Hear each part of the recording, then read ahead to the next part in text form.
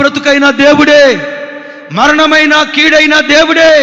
నులివెచ్చని నామకార్థ క్రైస్తవ జీవితం మాకు ఉండకూడదని రోషంగా బ్రతికే క్రైస్తవ కుటుంబాలు ఎలా ఉన్నాయో ఒక్కసారి మీరు తేల్చి చూడండి. అదే మీకు ఒక గొప్ప జీవిత పాఠంగా మిగిలిపోద్ది. ఏమే రైట్?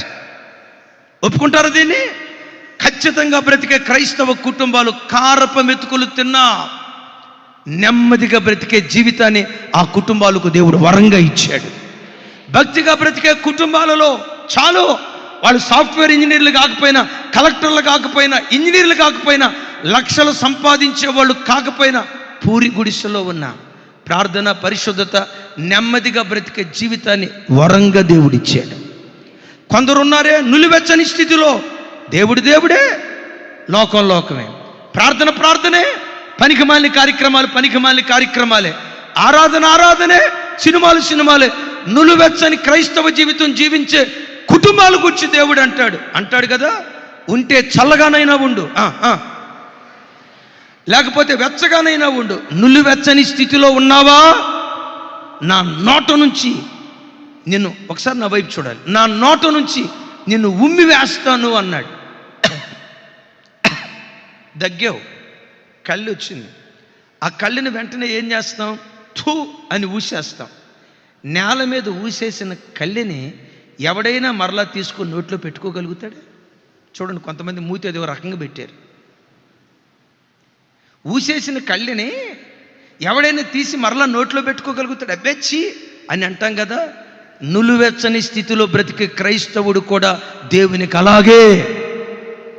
తమిళలో గడిచిన సంవత్సరాల్లో, గడిచిన 2025 సంవత్సరం, ఇదిగో 26వ సంవత్సరం జూలై నెల 25వ తారీఖు వరకు నులివెచ్చని స్థితిలో బ్రతికేవేమో, దేవునికి పెడముఖం పెట్టుకొని బ్రతికేవేమో, బైబిల్ వైపు చూడకుండా, దేవుని మందిరం వైపు చూడకుండా, ఉపవాస ప్రార్థన వైపు చూడకుండా, దేవుని మందిరానికి రాకుండా, దేవుని సన్నిధిలో పెడముఖం పెట్టుకొని 24 గంటల సెల్ ఫోన్కి బానిస అయిపోయేవేమో. నులివెచ్చని క్రైస్తవ జీవితం ఒకవేళ నువ్వు జీవిస్తూ వచ్చావేమో. ఒకసారి నా వైపు చూడు. నీవెలా బ్రతికావో తమ్ముడా, యవన తమ్ముడా, నీవెలా బ్రతికావో నీ బ్రతుకు నీకు బాగా తెలుసు. నువ్వు పడిపోయావో, నిలవబడ్డావో, పతనమైపోయావో, భక్తిపరుడిగా బ్రతుకుతున్నావో, నీ స్థితి నీ భార్యకు తెలియకపోయినా, నీ స్థితి నీ భర్తకు తెలియకపోయినా, నీ స్థితి నిన్ను కన్న తల్లిదండ్రులకు తెలియకపోయినా, నీ స్థితి నీ కాపరికి తెలియకపోయినా, నీ స్థితి నీకు బాగా తెలుసు కదా. పెడముఖం పెట్టుకొని బ్రతికావా? దేవునికి విరుద్ధమైన కార్యక్రమాలు చేసావా?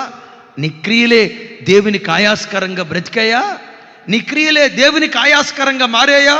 ఈరోజు ప్రభు అంటాడు, ఆ రోజుల్లో ఇశ్రాయేలు దేశంలో ప్రకటన చేసినట్లుగా ఈ మధ్యాహ్నం దేవుని వాక్యం వింటున్న క్రైస్తవ జనమా, లైవ్లో దేవుని వాక్యం వింటున్న ప్రజలారా, ప్రార్థనకు పెడముఖం పెట్టుకున్నారేమో, వాక్య ధ్యానానికి పెడముఖం పెట్టుకున్నారేమో, కుటుంబ ఆరాధనకు పెడముఖం పెట్టుకున్నారేమో, అరుణోదయ ప్రార్థనకు పెడముఖం పెట్టుకొని లోకాన్ని స్నేహించే వ్యక్తులుగా ఉన్నారేమో. ఈరోజు ప్రభు అంటాడు, అయిపోయింది, ఏదో అయిపోయింది. ఈ రోజైనా, కనీసం ఈ రోజు నుండైనా దేవుని వైపు తిరిగే వ్యక్తులుగా మీరు మారుదురుగాక.